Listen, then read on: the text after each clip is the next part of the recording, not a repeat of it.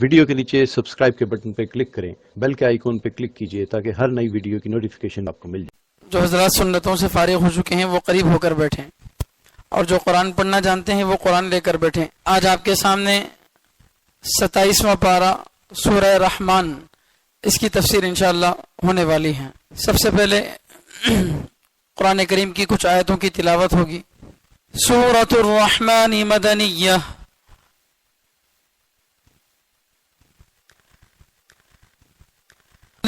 كالفخار وخلق الجان من مارج من نار فبأي آلاء ربكما تكذبان رب المشرقين ورب المغربين فبأي آلاء ربكما تكذبان مرج البحرين يلتقيان بينهما برزخ لا يبغيان فبأي آلاء ربكما تكذبان يخرج منهما اللؤلؤ والمرجان فبأي آلاء ربكما تكذبان وله الجوار المنشآت في البحر كالأعلام فبأي آلاء ربكما تكذبان كل من عليها فان ويبقى وجه ربك ذو الجلال والإكرام فبأي آلاء ربكما تكذبان يسأله من في السماوات والأرض كل يوم هو في شأن فبأي آلاء ربكما تكذبان سنفرغ لكم أيها الثقلان فبأي آلاء ربكما تكذبان يا معشر الجن والإنس إن استطعتم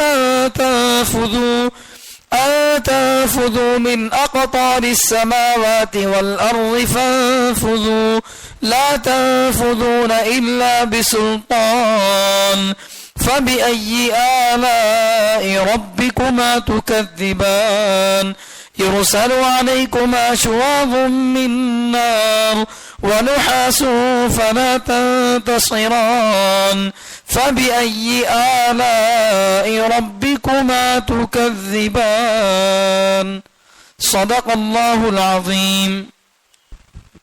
پچھلی جمعہ میں سورہ رحمان کی تفسیر شروع ہوئی تھی، اور یہ بات آئی تھی کہ جس طرح ہر چیز کی ایک دلہن ہوتی ہے، دلہن کا مطلب جس چیز کو دیکھنے کے لیے لوگ جاتے ہیں، مثال سے سمجھایا گیا تھا جیسے آگرہ ہے، کوئی آگرہ جاتا ہے تاج محل دیکھنے کے لیے، تو گویا تاج محل آگرہ کی دلہن ہے۔ تو اسی طرح قرآن کی ایک دلہن ہے، اسے وہی ہے سورہ رحمان۔ اور اس سورے میں اللہ تبارک و تعالیٰ نے خاص طور پر انسانوں اور جنات دونوں سے کلام کیا ہے۔ عام طور سے قرآن کریم میں یا تو انسانوں سے یا تو پھر جنات سے بات کی گئی ہے، لیکن یہاں دونوں کو ملا کر جو ہے اللہ تبارک و تعالیٰ نے بات کی ہے اور اپنی نعمتوں کو گنایا ہے کہ اللہ تعالیٰ یہ ساری نعمتیں دینے والے ہیں، ان نعمتوں کے باوجود آدمی اللہ تعالیٰ کی ناشکری کرتا ہے۔ چنانچہ کچھ آیتوں کی تفسیر آپ کے سامنے آ چکی ہے، اب آنے والی آیتوں کا ترجمہ دیکھیے۔ بسم اللہ الرحمن الرحیم۔ خلق الانسان، اس نے پیدا کیا انسان کو، یعنی اللہ نے پیدا کیا انسان کو، من صلصال، کھنکھناتی مٹی سے، کالفخار، ٹھیکری کی طرح کھنکھناتی مٹی سے اللہ نے انسان کو پیدا کیا۔ وخلق الجان، اور اللہ نے پیدا کیا جان کو۔ جان جس طرح انسانوں کے بڑے حضرت آدم ہیں، اسی طرح جنات کا بڑا جو جد امجد ہے ان کا، اسے کہتے ہیں جان۔ جنات کا پہلا گویا انسان، تو جان کو اللہ تعالیٰ نے پیدا کیا من مارج من نار، آگ کے شعلے سے، بھڑکتی ہوئی آگ سے اللہ تعالیٰ نے پیدا کیا۔ فَبِأَيِّ آلَاءِ رَبِّكُمَا تُكَذِّبَانِ، پھر تم اپنے رب کی کن کن نعمتوں کو جھٹلاتے ہو۔ یہاں تم سے مراد انسان بھی اور جنات بھی ہے، اسی لیے تکذبان یہ لفظ استعمال کیا گیا. رب المشرقین دونوں مشرقوں کا رب، ورب المغربین اور دونوں مغربوں کا رب ہے، یعنی سورج کے نکلنے کی دو جگہوں اور سورج کے ڈوبنے کی دونوں جگہوں کا رب اللہ ہے. فَبِأَيِّ آلَاءِ رَبِّكُمَا تُكَذِّبَانِ پھر تم اپنے رب کی کن کن نعمتوں کو جھٹلاتے ہو. مرج البحرین اس نے دو سمندروں کو چلایا، یلتقیان اس طرح کہ وہ آپس میں ملتے ہیں. اللہ نے دو سمندروں کو اس طرح چلایا کہ وہ آپس میں ملتے ہیں. بینہما برزخ ان دونوں کے درمیان ایک آڑ ہے، لا یبغیان جس کو وہ پار نہیں کرتے. بظاہر ملے جلے رہتے ہیں لیکن دونوں کے درمیان آڑ ہے جس کو وہ پار نہیں کرتے. فَبِأَيِّ آلَاءِ رَبِّكُمَا تُكَذِّبَانِ پھر تم اپنے رب کی کن کن نعمتوں کو جھٹلاتے ہو. يَخْرُجُ مِنْهُمَا اللُّؤْلُؤُ وَالْمَرْجَانُ ان دونوں سمندروں سے موتی اور مونگا نکلتا ہے. ایک خاص قسم کی موتی ہے جو درخت کی طرح ڈالیوں والی ہوتی ہے تو اس کو کہتے ہیں مونگا، یہ بھی ایک قسم کی موتی ہے. تو ان دونوں سمندروں سے موتی اور مونگا نکلتا ہے. فَبِأَيِّ آلَاءِ رَبِّكُمَا تُكَذِّبَانِ پھر تم اپنے رب کی کن کن نعمتوں کو جھٹلاتے ہو. وَلَهُ الْجَوَارِ الْمُنْشَآتُ فِي الْبَحْرِ كَالْأَعْلَامِ اللہ ہی کے قبضے میں ہے. وَلَهُ اللہ ہی کے قبضے میں ہے. الجواری وہ کشتیاں، المنشآت جو کھڑی کی گئی ہیں، فی البحر سمندر میں، کالاعلام پہاڑوں کی طرح. اللہ ہی کے قبضے میں ہیں وہ کشتیاں جو سمندر میں پہاڑوں کی طرح کھڑی کی گئی ہیں. فَبِأَيِّ آلَاءِ رَبِّكُمَا تُكَذِّبَانِ پھر تم اپنے رب کی کن کن نعمتوں کو جھٹلاتے ہو اے انسان اور جنات. کل من علیہا فان زمین پر رہنے والی ہر مخلوق یعنی انسان اور جنات مراد اس سے زمین پر رہنے والے انسان اور جنات فان فنا ہو جائیں گے، ختم ہو جائیں گے. وَيَبْقَى اور باقی رہے گی وجہ ربک تمہارے رب کی ذات، ذو الجلال جو عظمت والی ہے، والاکرام اور احسان والی ہے. اور باقی رہ جائے گی تمہارے رب کی ذات جو بزرگی والی اور فضل اور احسان والی ہے. فَبِأَيِّ آلَاءِ رَبِّكُمَا تُكَذِّبَانِ پھر تم اپنے رب کی کن کن نعمتوں کو جھٹلاتے ہو اے جنات اور انسان. يَسْأَلُهُ اللہ سے مانگتے ہیں، من وہ، فی السماوات جو آسمانوں میں ہے، والارض اور جو زمین میں ہے. آسمانوں اور زمین میں رہنے والے سب اللہ ہی سے مانگتے ہیں اپنی ضرورتیں. کل یوم ہر دن ہو فی شأن اللہ کسی کام میں ہے، کسی اہم کام میں ہے. فَبِأَيِّ آلَاءِ رَبِّكُمَا تُكَذِّبَانِ پھر تم اپنے رب کی کن کن نعمتوں کو جھٹلاتے ہو اے جنات اور انسان. سَنَفْرُغُ لَكُمْ ہم عن قریب فارغ ہو جائیں گے، فری ہو جائیں گے، خالی ہو جائیں گے. لکم تمہارے لیے، تمہارے حساب کتاب کے لیے. ایھا الثقلان اے دو بوجھل مخلوق، اے دو بوجھل مخلوق، دو بوجھ والی مخلوق ہم تمہارے لیے عن قریب فارغ ہو جائیں گے. مراد اس سے انسان اور جنات. فَبِأَيِّ آلَاءِ رَبِّكُمَا تُكَذِّبَانِ پھر تم اپنے رب کی کن کن نعمتوں کو جھٹلاتے ہو اے جنات اور انسان. یا معشر الجن والانس اے جنات اور انسان کی جماعت. ان استطعتم اگر تم سے ہو سکے، ان تنفذوا کہ تم پار نکل جاؤ، من اقطار السماوات والارض آسمانوں اور زمین کے کناروں سے. اے انسان اور جنات کی جماعت اگر تم آسمان اور زمین کے کناروں سے پار نکل سکتے ہو، فانفذوا تو نکل کے دکھاؤ. لا تنفذون تم نکل نہیں سکتے، الا بسلطان مگر بہت بڑی طاقت کے ذریعے. فَبِأَيِّ آلَاءِ رَبِّكُمَا تُكَذِّبَانِ پھر تم اپنے رب کی کن کن نعمتوں کو جھٹلاتے ہو. يُرْسَلُ عَلَيْكُمَا چھوڑا جائے گا تم پر، شُوَاظٌ مِّن نار آگ کا شعلہ، وَنُحَاسٌ اور دھواں، فَلَا تَنْتَصِرَانِ پھر تم ہٹا نہیں سکتے. فَبِأَيِّ آلَاءِ رَبِّكُمَا تُكَذِّبَانِ پھر تم اپنے رب کی کن کن نعمتوں کو جھٹلاتے ہو. یہ جو آیتیں پڑھی گئی ہیں اس میں سے شروع کی آیتوں میں اللہ تبارک و تعالی انسان اور جنات کی پیدائش کے بارے میں بتا رہے ہیں. ویسے تو قرآن کریم میں بہت ساری جگہوں پہ انسان کے بارے میں اللہ نے بتایا. کہیں بتایا کہ اللہ نے انسان کو تراب یعنی مٹی سے پیدا کیا, کہیں اللہ نے بتایا طین اللازب چکنی مٹی سے پیدا کیا, اور یہاں اللہ تبارک و تعالیٰ جو ہے فرما رہے ہیں کھنکھناتی مٹی سے اللہ نے انسان کو پیدا کیا. تو مٹی کو اللہ نے لیا, اس میں پانی جب ڈالا گیا تو وہ چکنی بن گئی, اور پھر وہ چکنی مٹی جب سوکھ گئی تو بدبودار کیچڑ بن گئی. وہ پانی والی مٹی بدبودار کیچڑ بن گئی, پھر وہی سکھ کر ٹھیکرا بن گئی. تو اسی کو فخار بول رہے ہیں. خلق الانسان اللہ نے انسان کو پیدا کیا. کس طریقے سے پیدا کیا؟ من صلصال کھنکھناتی مٹی سے, کل فخار ٹھیکرے کی طرح. ٹھیکرا اس مٹی کو بولتے ہیں جس میں پانی ڈال کر اسے سکھا کر آگ پر جلایا گیا ہو.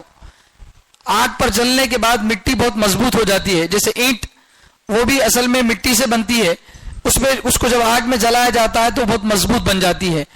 تو فخار کے معنی ٹھیکرا, آگ پر جلائی ہوئی مٹی. آگ پر جلائی ہوئی مٹی کی طرح بدبودار مٹی سے اللہ نے انسان کو پیدا کیا. بدبودار مٹی سے اللہ نے انسان کو پیدا کیا. تو یہ انسان کی پیدائش ہے, ایک بدبودار جو ہے مٹی سے انسان کو اللہ تعالیٰ نے پیدا کیا. وَخَلَقَ الْجَانَّ مِن مَارِجٍ مِّن نَارٍ اور پیدا کیا اللہ نے جان کو آگ کی لپٹ سے. آگ کی لپٹ سے, آگ کے چنگاری سے اللہ تعالیٰ نے جنات کو پیدا کیا. فَبِأَيِّ آلَاءِ رَبِّكُمَا تُكَذِّبَانِ پھر تم اپنے رب کی کن کن نعمتوں کو جھٹلاتے ہو. یہاں غور کرنے کی بات یہ ہے کہ انسان اور جنات کی پیدائش الگ الگ ہے. انسان کو بھی اللہ نے 4 چیزوں سے پیدا کیا, آگ, مٹی, ہوا, پانی. اسی طرح جنات کو بھی 4 چیزوں سے پیدا کیا, آگ, مٹی, ہوا, پانی. مگر انسان کی پیدائش میں زیادہ جو چیز لی گئی وہ مٹی ہے, اور جنات کی پیدائش میں جو زیادہ چیز لی گئی وہ آگ ہے. تو دونوں کی پیدائش میں 4 چیزیں ہیں, لیکن کسی میں مٹی زیادہ ہے اور کسی میں آگ زیادہ ہے.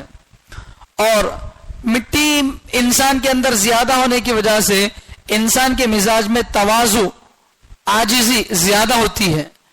اور جنات اور شیاطین کو آگ سے پیدا کیا گیا اس لیے ان کے اندر تکبر زیادہ ہوتا ہے, کیونکہ آپ مٹی کو چاہے کتنی بھی اوپر لے جاؤ وہ آئے گی زمین کی طرف, اور آگ کو کتنا بھی دبا کے رکھو وہ اٹھے گی اوپر.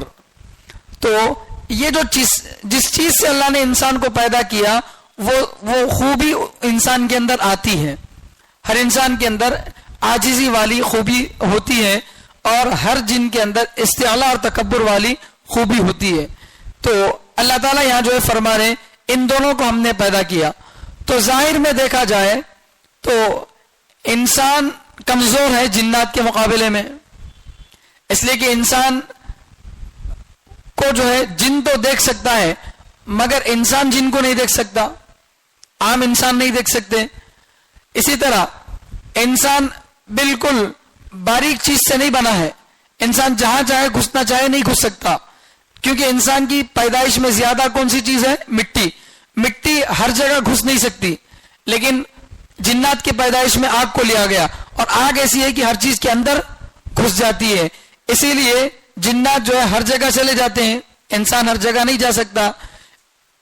تو جب جنات زیادہ طاقتور ہے اور انسان کم طاقت والا ہے, اور دونوں کو اللہ تعالیٰ نے ایک ہی زمین پر بسایا, تو ہونا تو یہ چاہیے تھا کہ ایک دوسرے سے لڑ کر ایک ختم ہو جاتا, دوسرا ہی باقی رہتا. جنات طاقتور ہیں, ہم کو نظر نہیں آتے, تو غائبانہ آ کر ہم پر حملہ کر کے ہم کو کیا کرتے؟ ختم کر دیتے. لیکن ہم دیکھتے ہیں کہ انسان محفوظ ہے.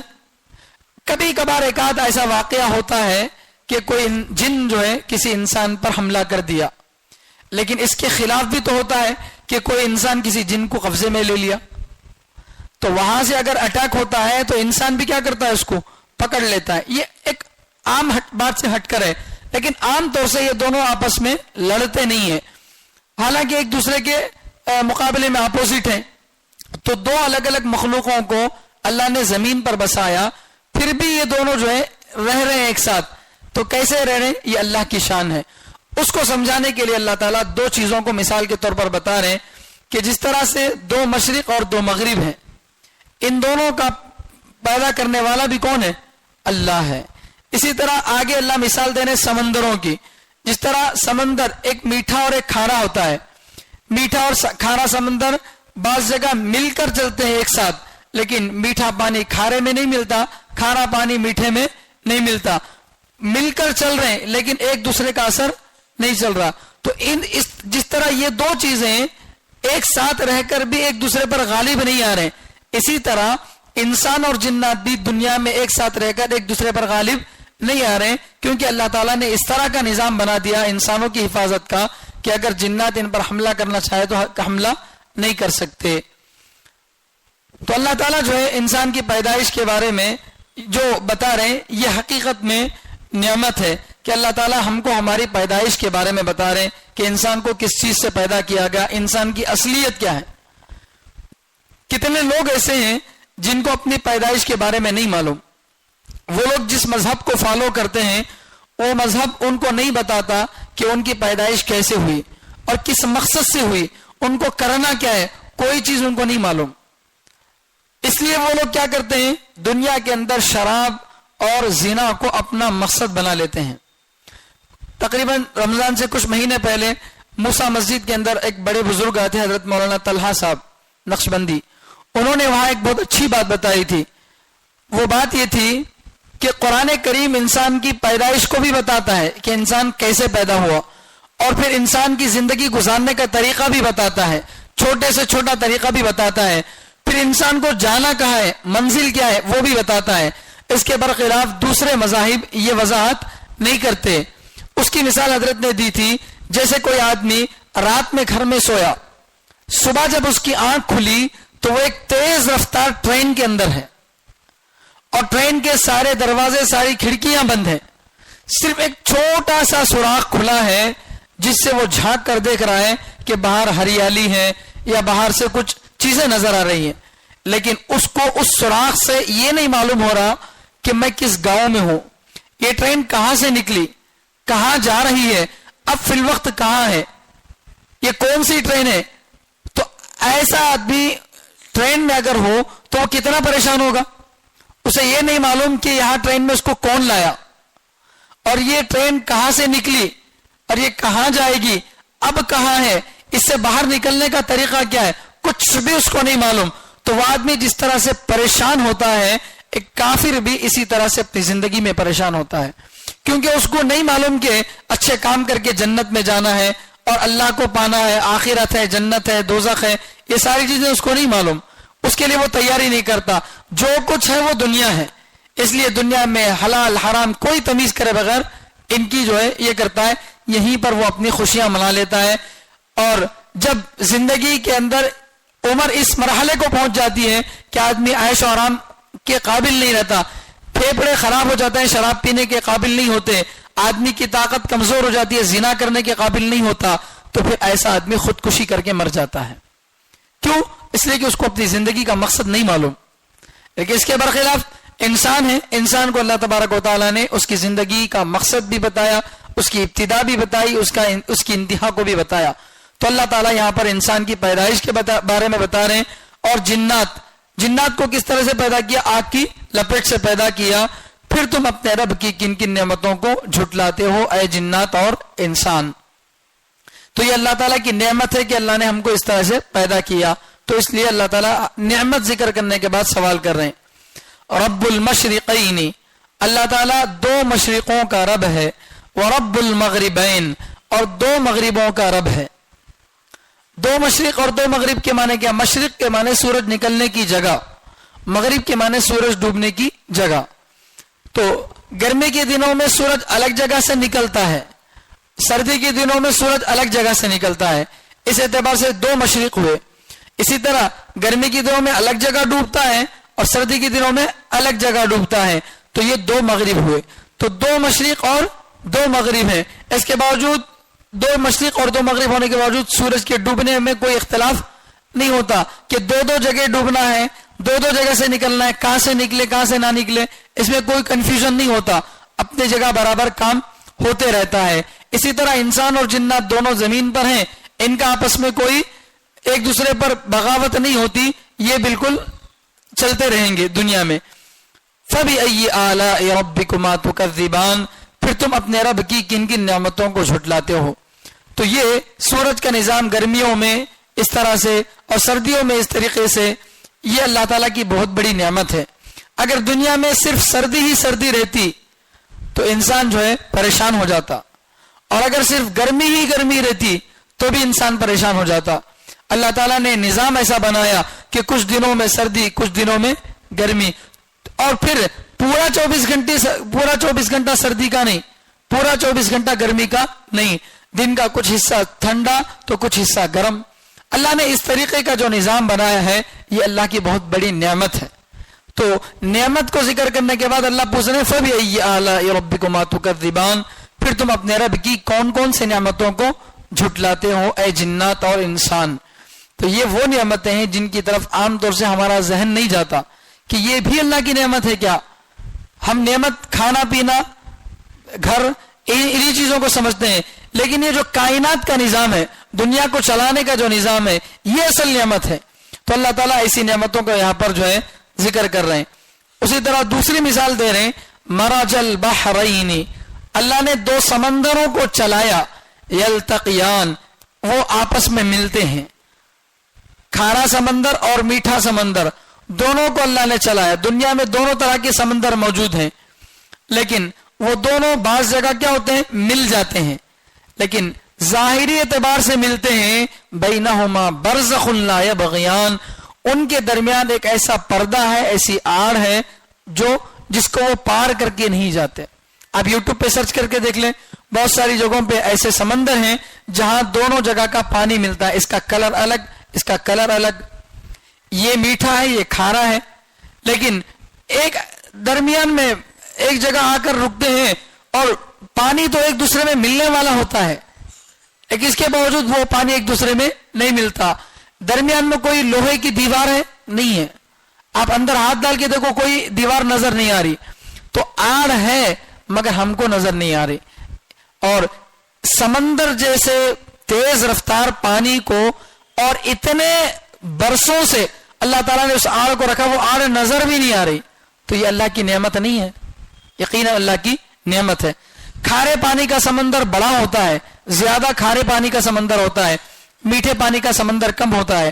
اگر یہ دونوں مل جاتے تو پھر میٹھا پانی کم ہو جاتا بلکہ ختم ہو جاتا اور انسان کو پینے کے لیے پانی نہ ملتا، کیونکہ کھارا پانی انسان کی مزاج کو بگاڑ دیتا ہے. وقتی طور پر جو ہے انسان کی پیاس تو بجھ سکتی ہے لیکن اس سے انسان کی صحت نہیں بنتی. تو میٹھے پانی کو اللہ نے حفاظت کے ساتھ رکھا کھارے پانی ہی کے ساتھ. بعض جگہ تو ایسا ہوتا ہے کہ اوپر کھارا سمندر نیچے میٹھا سمندر، کہیں تو دو آپس میں اس طرح سے ملتے ہیں اور کہیں اوپر نیچے. سمندر کے اوپر کا ایک کئی کلومیٹر کا راستہ اگر آپ طے کریں گے تو وہ کھارا پانی ہے، اس کے اندر اگر جائیں گے تو پھر میٹھا پانی ہے.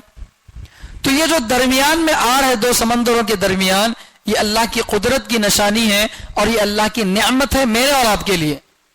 ورنہ پینے کا پانی آدمی کو میسر نہیں ہوتا، ملتا نہیں. تو اللہ تبارک و تعالیٰ اس نعمت کو بھی ذکر کرنے کے بعد فرما رہے ہیں فَبِأَيِّ آلَاءِ رَبِّكُمَا تُكَذِّبَانِ، پھر تم اپنے رب کی کون کون سی نعمتوں کو جھٹلاتے ہو. تو یہ بھی اللہ تعالیٰ کی بہت بڑی نعمت ہے، اس کا بھی آدمی کو احساس ہونا چاہیے. يَخْرُجُ مِنْهُمَ اللُّؤْلُؤُ وَالْمَرْجَانُ، پھر اور ایک نعمت، ان دو سمندروں کو اللہ تعالیٰ نے ملنے سے روکا. روکنے کے علاوہ اس سمندر سے نکلنے فائدے کی چیزیں بھی اللہ تعالیٰ نے بنائی ہیں. یہاں اللہ تعالیٰ کہنا کیا چاہتے ہیں کہ دنیا میں اللہ نے انسانوں اور جنات کو ایک ساتھ بسایا، تو کیا مقصد ہے اللہ تعالیٰ کا؟ اللہ کی حکمت ہے، اللہ جانتے ہیں اس کا کیا فائدہ ہے۔ جس طرح سے کھارا اور میٹھا سمندر ایک ساتھ بنایا اور دونوں کے ملنے سے کیا ہوتا ہے؟ موتیاں بنتی ہیں۔ جس جگہ پر کھارا سمندر اور میٹھا سمندر دونوں ملتے ہیں وہاں پر موتیاں بنتی ہیں۔ تو دکھنے میں دو ایک دوسرے کے اپوزٹ تھے، عقل تو کہتی تھی کہ دونوں کے لیے الگ الگ جگہ ہونی چاہیے تھی، مگر دونوں کے ملنے سے فائدہ ہوا۔ اسی طرح جنات اور انسان دونوں ایک ہی دنیا میں رہتے ہیں، عقل تو کہتی ہے کہ دونوں الگ الگ ہوں، لیکن دونوں کے ایک جگہ رہنے سے کیا فائدہ ہے وہ اللہ تعالیٰ جانتے ہیں، اللہ تعالیٰ کی حکمت ہے۔ تو اللہ تعالیٰ جو ہے وہ سمجھانے کے لیے بتا رہے ہیں یخرج منہم اللؤلؤ والمرجان، دونوں سمندروں سے موتی اور مونگا نکلتے ہیں۔ موتی اور مونگا ایک قسم کی موتی ہی ہے، اس میں درخت کی طرح ٹہنیاں جیسی چیزیں ہوتی ہیں، ٹہنیوں والے موتی گویا کی ہوتی ہے، وہ بھی اللہ تعالیٰ کی قدرت کی ایک بہت بڑی نشانی ہے، بہت ہی قیمتی موتی ہوتی ہے۔ ایسی موتی اللہ تبارک و تعالیٰ اسی پانی کے قطرے سے بناتے ہیں اور اسی سمندر کے اندر بناتے ہیں جہاں میٹھا اور کھارا سمندر ملتا ہے۔ تو یہ اللہ تعالیٰ کی نعمت ہے، اس میں انسان کے لیے قیمتی ہیرے اور جواہرات نکلتے ہیں۔ فَبِأَيِّ آلَاءِ رَبِّكُمَا تُكَذِّبَانِ، پھر تم اپنے رب کی کن کن نعمتوں کو جھٹلاتے ہو۔ تو یہ آپ کو شروع سے ذہن میں رکھنا ہے کہ پورے سورہ رحمان میں 31 مرتبہ 31 مرتبہ جو ہے فَبِأَيِّ آلَاءِ رَبِّكُمَا تُكَذِّبَانِ آیا ہے، اور یہ 31 آیتیں بار بار دہرائی گئی ہیں الگ الگ نعمتوں کے بعد۔ اس لیے اس آیت کو مکرر نہیں کہیں گے، یہ ایک ہی آیت بار بار آنی نہیں کہیں گے، اس لیے کہ ہر سوال کے جواب میں ہر نعمت کے بارے میں یہ سوال اللہ تعالیٰ الگ الگ طریقے سے کر رہے ہیں۔ ایک ہی نعمت کے بارے میں اللہ تعالیٰ یہ سوال نہیں کرے، الگ الگ قسم کی نعمتوں کو بتا رہے ہیں، پھر ان نعمتوں کا احساس دلانے کے لیے اللہ تعالیٰ جو ہے یہ سوال کر رہے ہیں۔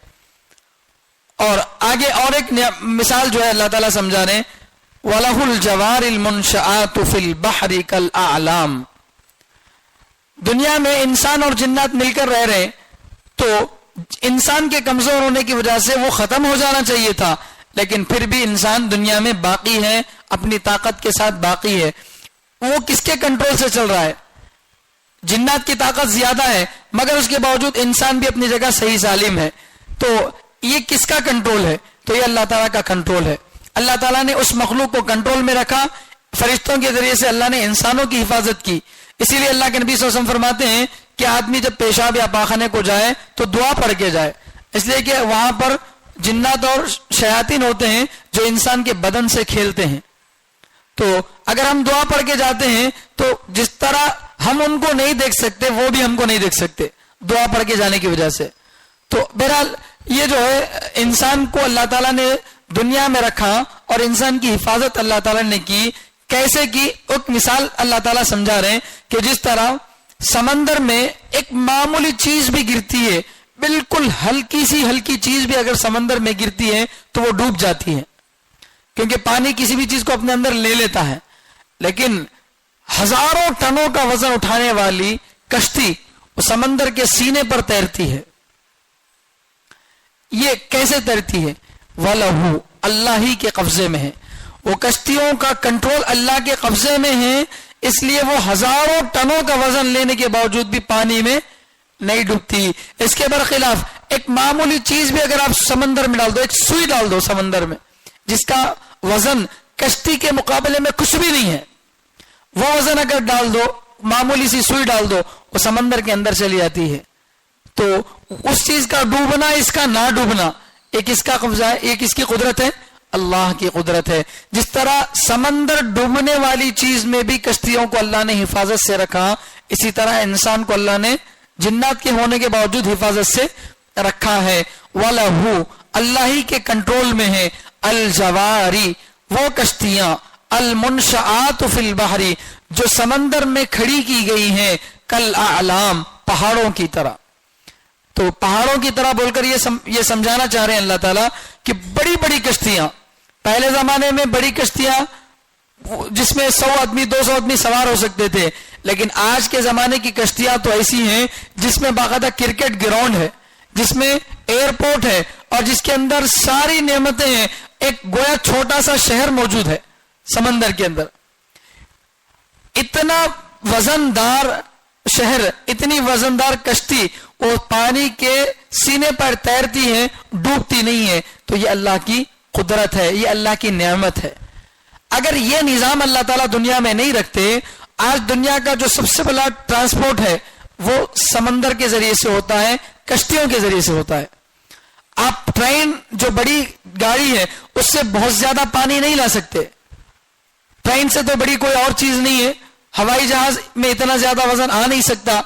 ایک ملک کی ضرورت پوری کرنے کے لیے دوسرے ملک سے کوئی چیز بھیجی جانی چاہیے تو پہلے زمانے میں بھی کشتیاں تھیں، آج بھی کشتیاں ہیں. جتنا وزن، بھاری وزن کشتیاں اٹھا سکتی ہیں، اس کا معمولی وزن بھی ٹرین نہیں اٹھا سکتی، نہ کوئی ہوائی جہاز اٹھا سکتی ہے، نہ کوئی لاری اٹھا سکتی ہے. تو اللہ تعالیٰ نے سمندروں کا نظام اس طرح سے بنایا کہ اتنی بھاری وزن کشتی بھی اللہ کے قبضے کی وجہ سے، اللہ کی قدرت کی وجہ سے نہیں ڈوبتی ہیں. تو یہ اللہ کی نعمت ہے، اسی نعمت کی وجہ سے ہم کو نعمت روزی ملتی ہے. سعودی عرب کا کھجور ہے، سمندر پار کر کے ہمارے پاس آتا ہے. ہمارے پاس کی چیزیں ہیں، ہمارے پاس کا آم ہے، وہ یہاں سے وہاں جاتا ہے. ان کی نعمت ہم فائدہ اٹھا رہے ہیں، ہماری نعمتوں سے وہ فائدہ اٹھا رہے ہیں، ان کی چیزوں سے ہم ہماری چیزوں سے وہ فائدہ اٹھا رہے ہیں. یہ جو ہے یہ اللہ کی نعمت نہیں ہے، یہ اللہ ہی کی نعمت ہے. اور یہ نعمت کس وجہ سے؟ سمندر اللہ کے قبضے میں ہے، اللہ کی کنٹرول میں کشتیاں ہیں. تو یہ اللہ کی نعمت ہے. اس نعمت کے شکر میں پھر دوبارہ اللہ تعالیٰ سوال کر رہے ہیں، اتنا بڑا احسان میں نے تم پر کیا، کشتیوں کا کنٹرول اپنے ہاتھ میں لے کر، فَبِأَيِّ آلَاءِ رَبِّكُمَا تُكَذِّبَانِ، پھر تم اپنے رب کی کن کن نعمتوں کو جھٹلاتے ہو اے جنات اور انسان. یہ پہلا رکوع ہو چکا ہے سورہ رحمان کا. اس رکوع کے اندر عام طور سے جو باتیں بتائی گئی ہیں وہ دنیاوی سسٹم کے اعتبار سے ہیں، جس میں اللہ تعالیٰ سورج کے ڈوبنے کے بارے میں، درختوں کے بارے میں، پھولوں کے بارے میں، انسان کے بارے میں، جنات کے بارے میں، سمندر کے بارے میں، ان چیزوں کے بارے میں اللہ تعالیٰ نے ذکر کیا. تو سورہ رحمان کے پہلے رکوع میں یہ جو ہے دنیاوی نعمتوں کے بارے میں اللہ تعالیٰ نے جو ہے بتایا. اب دوسرا رکوع شروع ہو رہا ہے، یہاں سے اللہ تعالیٰ اخروی نعمتوں کے بارے میں سوال کر رہے ہیں. آخرت میں جو اللہ تعالیٰ نعمتیں انسان کے لیے رکھی ہیں وہ نعمتوں کے بارے میں بتا رہے ہیں. ان میں سے کچھ نعمتیں ایسی ہیں جس کے بارے میں اللہ تعالیٰ بتا رہے ہیں، پہلے سے انسان کو آگاہ کر دے رہے. اگر کسی چیز کے بارے میں ہم کو پہلے سے معلوم ہو جائے کہ یہ کام ہونے والا ہے تو وہ بھی بہت بڑی نعمت ہے. جیسے میسج آتا ہے فون میں کہ 40 منٹ کے بعد کرنٹ جائے گا، تو اگر ہم کو معلوم ہو جائے پہلے سے تو جس کے فون میں چارجنگ نہیں وہ چارجنگ کر لے گا، جس کے گھر میں چارجنگ لائٹ ہے وہ اپنی لائٹ کو چارج کر لے گا. کرنٹ تو جائے گا لیکن جانے پر یہ آدمی پریشان نہیں ہوگا. کیوں؟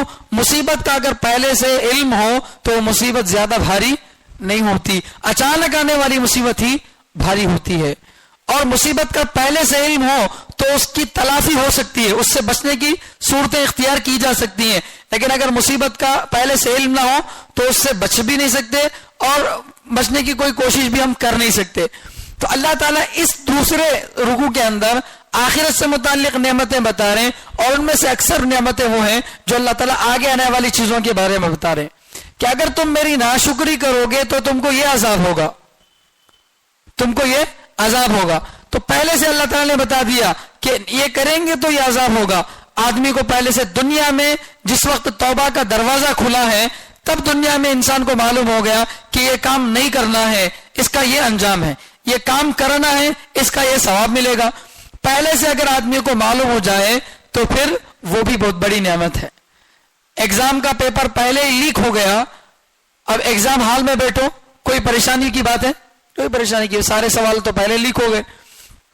تو یہ جیسے ایک نعمت ہے، اسی طرح آخرت میں آنے والی چیزوں کے بارے میں اللہ ہم کو پہلے اسے آگاہ کر رہے ہیں، واقف کر رہے ہیں کہ دیکھو یہ ہونے والا ہے، تم کو پہلے سے میں بتا دے رہا ہوں. تو لہذا تم پہلے سے اس کی تیاری کرو، اللہ کی ناشکری مت کرو. اللہ کی شکر گزاری کا مطلب کیا ہے؟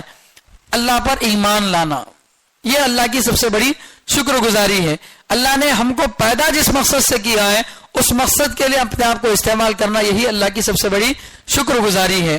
تو اللہ تعالیٰ جو ہے آگے آنے والی صورتوں میں اخروی نعمتوں کو بتا رہے ہیں. چنانچہ سب سے پہلے فرما رہے ہیں کل من علیہا فان، زمین پر رہنے والا ہر ایک یعنی انسان اور جنات فان، فنا ہو جانے والا ہے.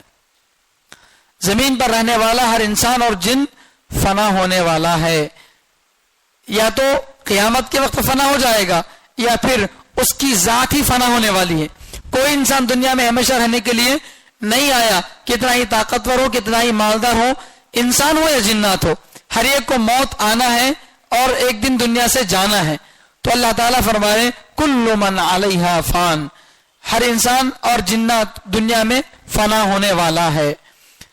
تو لہذا جب آدمی کو یہ احساس ہوگا کہ اگر میں ظلم زیادتی کروں گا، لوگوں کو ستاؤں گا تو مجھے بھی موت آئے گی، مجھے بھی دنیا سے جانا ہے، اللہ کے سامنے جواب دینا ہے، تو آدمی اپنے غلط کاموں سے رکے گا. لیکن اگر آدمی اپنے طاقت کے نشے میں اتنا چور ہو گیا کہ اس کو اپنی موت بھی یاد نہیں رہی، تو وہ ظلم کرتا جائے گا، اپنے انجام سے غافل ہو جائے گا، پھر اللہ کی پکڑ اچانک آئے گی. تو اللہ تعالیٰ پہلے ہی سے علم دے دے رہے کل من علیہا فان، زمین پر رہنے والا ہر انسان اور ہر جن یہ فنا ہونے والا ہے. ویسے تو قیامت جب آئے گی تو ساری چیزیں ختم ہو جائیں گی، انسان بھی ختم ہوں گے، جنات بھی ختم ہوں گے. لیکن یہاں پر خاص طور پر انسان اور جنات کا ذکر اس لیے بتا رہے ہیں کیونکہ اس پورے سورے میں بات چیت کس سے ہو رہی ہے؟ انسان اور جنات سے بات چیت ہو رہی ہے. تو اسی لیے انسان اور جنات سے اللہ تعالیٰ فرما رہے ہیں کہ تم زمین پر رہتے ہو، زمین پر رہنے والا ہر انسان بھی فنا ہوگا، ہر جن بھی فنا ہوگا، ہر ایک ختم ہو جائیں گے. وَيَبْقَى وَجْهُ رَبِّكَ، اور تمہارے رب کی ذات باقی رہ جائے گی. یعنی سب ختم ہو جائیں گے، باقی رہے گا کون؟ اللہ. اللہ کون؟ ذو الجلال، جو بزرگی والا ہے، والاکرام، اور احسان والا ہے، عظمت والا اور احسان والا. اللہ تعالیٰ بڑی عزت والا ہے. ذو الجلال کا معنی عام طور سے عزت والے لوگ کیا کرتے ہیں؟ لوگوں پر احسان کرنا، لوگوں پر توجہ دینا چھوڑ دیتے ہیں. آپ کہیں دیکھیں کسی بڑے آدمی کو جو اربوں کربوں پتی ہو، وہ آدمی کسی غریب کے گھر آ کر پوچھا ہو کہ بھئی تمہارے گھر میں روزی روٹی کیسی چل رہی ہے، تمہارے گھر کوئی پریشانی تو نہیں ہے؟ نہیں پوچھتا آدمی. جب آدمی بہت زیادہ عزت والا بن جاتا ہے، بہت زیادہ مرتبے والا بن جاتا ہے، تو اپنے نیچے والوں کی توجہ کو چھوڑ دیتا ہے. لیکن اللہ تعالیٰ ایسے نہیں ہے. اللہ ذوالجلال ہے، عظمت والے ہیں، عزت والے ہیں، والاکرام، اور ساتھ ساتھ میں کیا بھی کرنے والے؟ احسان بھی کرنے والے ہیں. اپنے مرتبے اور مقام کے باوجود لوگوں پر اللہ تعالیٰ کیا کرتے ہیں؟ احسان کرتے ہیں، لوگوں کو عزت دیتے ہیں، لوگوں کو نعمت دیتے ہیں، لوگوں پر احسان کرتے ہیں. تو یہ اللہ تعالیٰ کی بہت بڑی خوبی ہے، بہت بڑی نعمت ہے ہمارے اوپر. اسی لیے اللہ کے نبی صلی اللہ علیہ وسلم فرماتے ہیں، ایک حدیث میں آتا ہے کہ جب تم دعا مانگو تو یا ذل جلال والاکرام کا لفظ دعا میں رکھو. یا ذل جلال والاکرام کے لفظ سے جو دعا مانگی جاتی ہے، امید ہے کہ وہ دعا قبول ہوگی. اس لیے کہ اس میں اللہ تبارک و تعالیٰ کے دونوں خوبیوں کو بتا رہے ہیں. ایک طرف اللہ کی عزت کو بتایا جا رہا کہ ذوالجلال، اللہ تو بڑی ہی عظمت والا ہے، بڑی ہی بزرگی والا ہے، اور والاکرام، اور ساتھ ساتھ احسان کرنے والا بھی ہے. میں ناچار ہوں، میں کمزور ہوں، آپ کے احسان کا محتاج ہوں، بغیر آپ کے احسان کے میرا کام بننے والا نہیں ہے. تو اللہ کی تعریف بھی ہو رہی ہے، اپنی ضرورت بھی بتائی جا رہی ہے. تو اس لیے اللہ کے نبی صلی اللہ علیہ وسلم نے فرمایا اپنی دعا میں اس جملے کو جو ہے کہا کرو، اس سے دعا قبول ہوگی. وَيَبْقَى وَجْهُ رَبِّكَ ذُو الْجَلَالِ وَالْإِكْرَامِ، تمہارے رب کی ذات باقی رہ جائے گی جو عزت والی ہے اور احسان والی ہے. اس کا ایک دوسرا مطلب علماء نے بتایا کہ تمہارے رب کا راستہ، تمہارے رب کی طرف جانے والی چیزیں باقی رہ جائیں گی. یعنی انسان کا ہر عمل دنیا میں ختم ہو جائے گا، لیکن وہ عمل جو انسان نے اللہ کے لیے کیا، جس کا رخ اللہ کی طرف ہے، صدقہ کیا اللہ کو خوش کرنے کے لیے، نماز پڑھا اللہ کو خوش کرنے کے لیے، تو سارے اعمال تو ضائع ہو جائیں گے، لیکن وہ اعمال انسان کے باقی رہ جائیں گے جس کا رخ کس کی طرف تھا؟ اللہ کی طرف تھا. اللہ کو خوش کرنے کے لیے، اللہ کے لیے جو کی چیزیں کی گئی تھی وہ باقی رہ جائیں گی. اس کا ایک مطلب یہ بھی ہے. فَبِأَيِّ آلَاءِ رَبِّكُمَا تُكَذِّبَانِ، پھر دوبارہ اللہ تعالیٰ جو ہے، چونکہ یہ بھی بہت بڑی نعمت ہے اللہ تعالیٰ کی کہ اللہ احسان بھی کر رہے ہیں ہمارے اوپر، تو اس لیے جو ہے اب اللہ تعالیٰ پھر دوبارہ پوچھ رہے ہیں کہ تم اپنے رب کی کون کون سی نعمتوں کو جھٹلاتے ہو اے انسان اور جنات. یسألہ من فی السماوات والارض، اللہ تعالیٰ اپنی شان کو بتا رہے ہیں، اپنی عظمت کو بتا رہے ہیں کہ اللہ کیسے ہیں. یسألہ، اسی سے مانگتے ہیں، من فی السماوات والارض، آسمان والے بھی اور زمین والے بھی. زمین والے تو اپنی روزی روٹی کو مانگتے ہیں، مغفرت کی دعا کرتے ہیں. جو آسمان میں ہیں وہ بھی اللہ تعالیٰ کی رحمت کے محتاج ہیں. فرشتے بھی اللہ کی رحمت کے محتاج ہیں، آسمان میں رہنے والی مخلوقات بھی اللہ کی رحمت کے محتاج ہیں. سب کی ضرورتوں کو پورا کرنے والا اللہ ہے. تو اللہ تعالیٰ کہہ رہے ہیں کہ یسألہ، اللہ سے مانگتے ہیں، من فی السماوات، وہ جو آسمانوں میں ہیں، والارض، اور وہ جو زمین میں ہیں، کل یوم، ہر دن، ہوا فی شأن، اللہ اہم کام میں ہے. اللہ ہر دن کسی نہ کسی کام میں ہے. یعنی ہر وقت، ہر دن سے مراد یہاں پر دن نہیں ہے، ہر وقت اللہ تبارک و تعالیٰ کسی نہ کسی کام میں ہے. اللہ تعالیٰ کبھی کسی آدمی کی دعا کو قبول کر رہے ہیں، کبھی کسی آدمی کی مصیبت کو دور کر رہے ہیں، کبھی کسی کو مال دے رہے ہیں، کبھی کسی کو اولاد دے رہے ہیں. تو اللہ سے مانگنے والے ہر وقت اللہ سے مانگ رہے ہیں. ہمارے ملک میں رات میں سو جاتے ہیں تو کسی اور ملک کے لوگوں کے یہاں دن ہوتا ہے، وہ لوگ اللہ سے مانگتے ہیں. وہ سو جاتے ہیں تو کوئی اور ملک والا مانتا ہے. تو دنیا کا نظام اللہ نے اس طرح سے بنایا کہ دنیا میں ہر وقت کوئی نہ کوئی اللہ سے مانگتے رہتے ہیں اور اللہ تعالیٰ ان کو دیتے رہتے ہیں. تو اللہ تعالیٰ ہر وقت کام میں ہے. شأن کے معنی کام. کل یوم، ہر دن، ہوا فی شأن، اللہ تعالیٰ کام میں ہے. اللہ تعالیٰ ہر دن اہم کام میں ہے. یعنی انسان کی ضرورتوں کو پوری کرنے اور آسمان اور زمین کی مخلوقات کی جو ضرورتیں ہیں ان ضرورتوں کو پوری کرنے میں اللہ تعالیٰ لگے ہوئے ہیں. فَبِأَيِّ آلَاءِ رَبِّكُمَا تُكَذِّبَانِ، پھر تم اپنے رب کی کن کن نعمتوں کو جھٹلاتے ہو. تو اس آیت میں بھی اللہ تعالیٰ کیا نعمت بتا رہے ہیں کہ ہماری ہر ضرورتوں کو پوری کرنے والا کون ہے؟ اللہ ہے. ہمارے ہر حاجت کو پورا کرنے والا اللہ ہے. جب ہماری ہر ضرورتوں کو اللہ پوری کرتے ہیں تو اللہ کا احسان ہم پر ہے، تو احسان کا شکر ادا کرنا چاہیے، ایمان لانا چاہیے. یہ نہیں کہ اللہ تعالیٰ کی ناشکری کر کے کفر کیا جائے.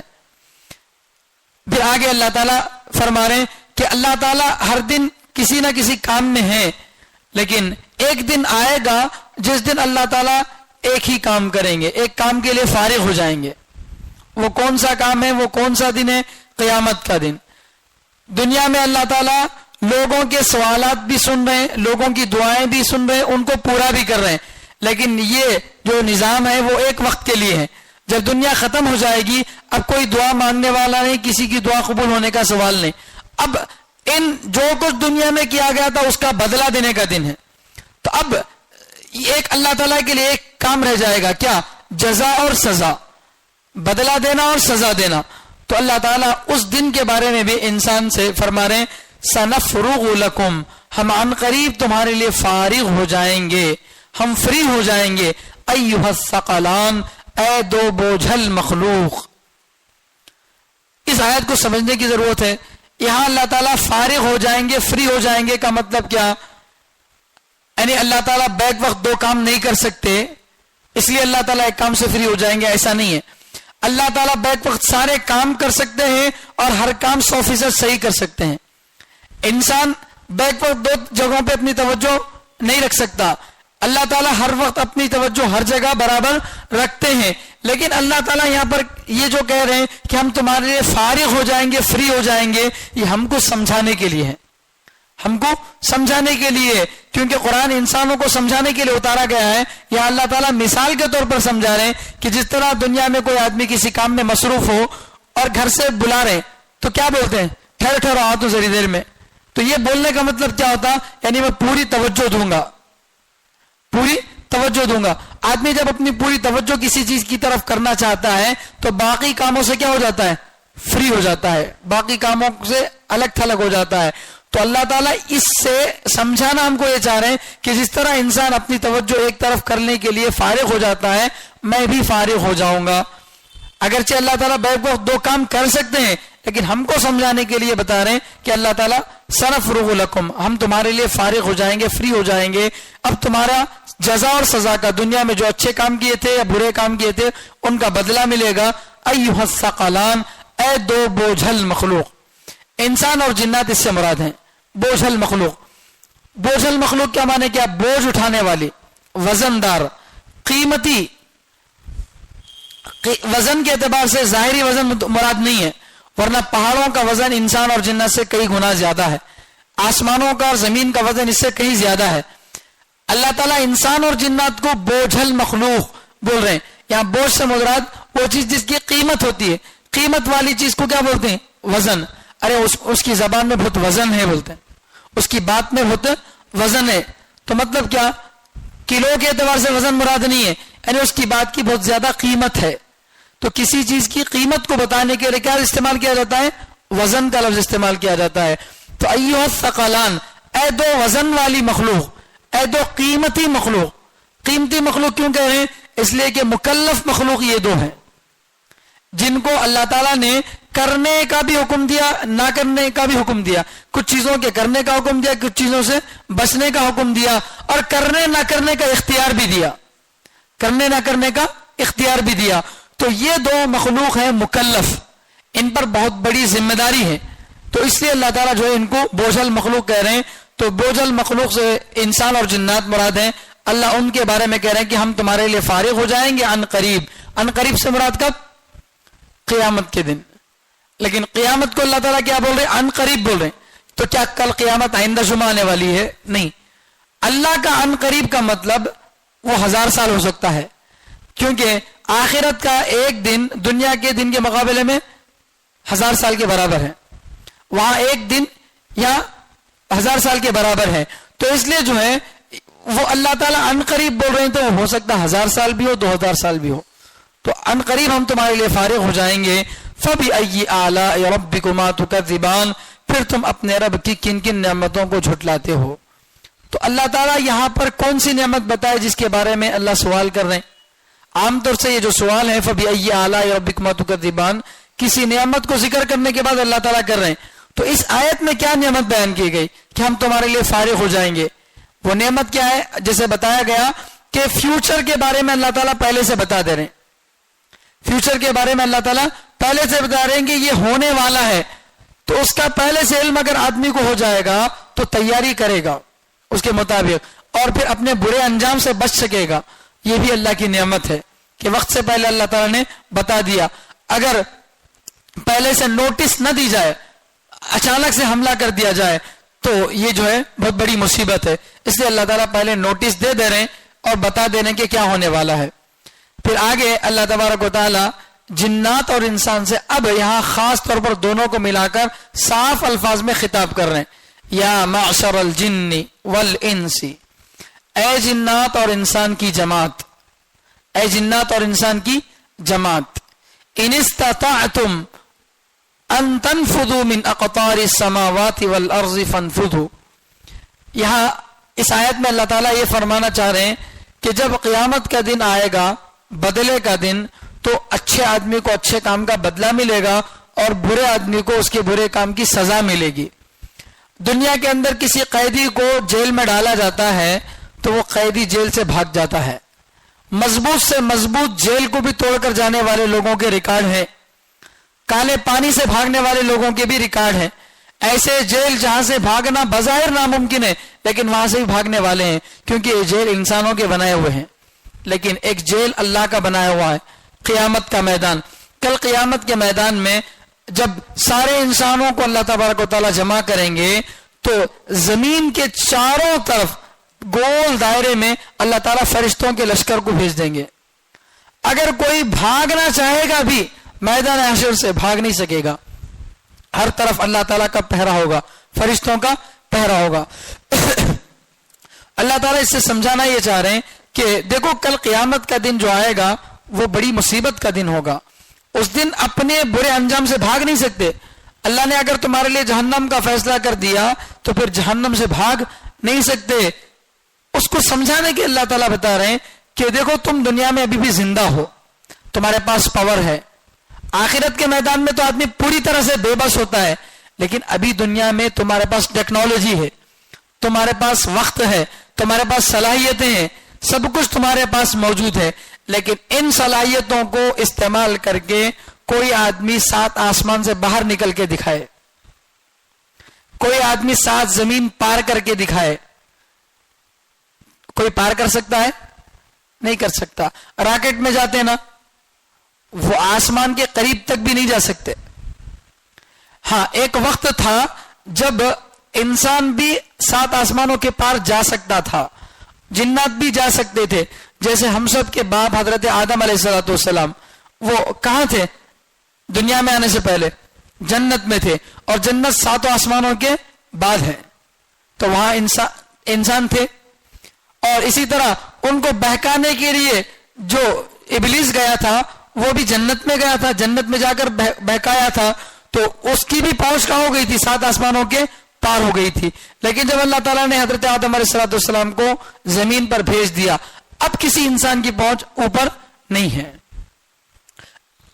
اور اسی طرح جب قرآن کریم اترا تو قرآن کریم اترنے کے بعد تو آسمانوں تک جانا بھی شیطانوں کا اور جنات کا بند ہو گیا۔ اگر کوئی جن یا شیطان فرشتوں کی بات سننے کے لیے آسمان کے قریب بھی جاتا ہے تو اللہ تبارک و تعالی ستارہ پھینک کر اس کو مارتے ہیں۔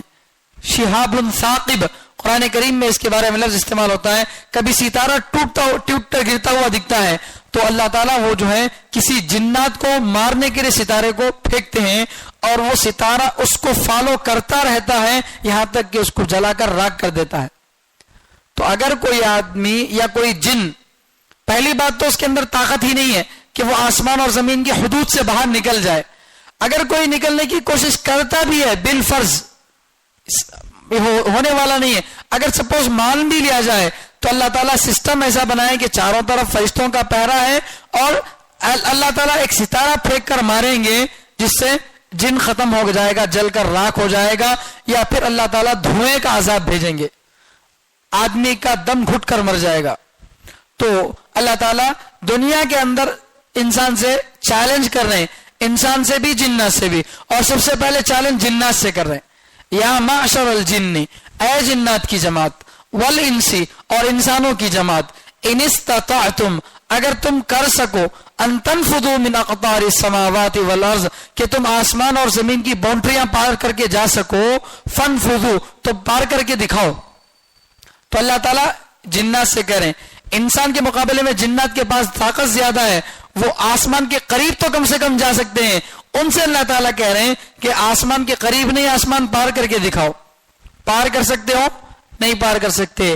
جب دنیا میں آسمان پار نہیں کر سکتے، زمین کو چیر کر اندر نہیں جا سکتے، تو میدان قیامت چھوڑ کر بھاگ سکتے ہو؟ نہیں بھاگ سکتے۔ جب نہیں بھاگ سکتے تو ہر ایک کو اپنے کیے کا بدلہ ضرور ملے گا۔ فنفذوا، تو بھاگ کر دکھاؤ، یعنی اللہ تعالیٰ سپوز مثال کے طور پر سمجھا رہی ہے، ہو تو نہیں سکتا، لیکن اگر کوئی کوشش کرے گا، لا تنفذون الا بسلطان، تم پار نہیں کر سکتے مگر بڑی طاقت کے ذریعے، یعنی تم کو اگر آسمان اور زمین کو پار کر کے جانا ہو تو بہت بڑی طاقت کی ضرورت پڑے گی، اور وہ بڑی طاقت تمہارے پاس نہیں ہے، وہ بڑی طاقت تمہارے پاس نہیں ہے، تو لہذا تم آسمان اور زمین کو پار نہیں کر سکتے، اور قیامت کے میدان میں بھی بھاگ نہیں سکتے۔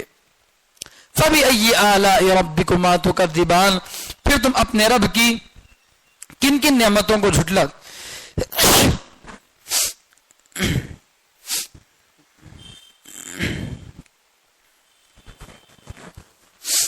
اپنے رب کی کن کن نعمتوں کو جھٹلاتے ہو؟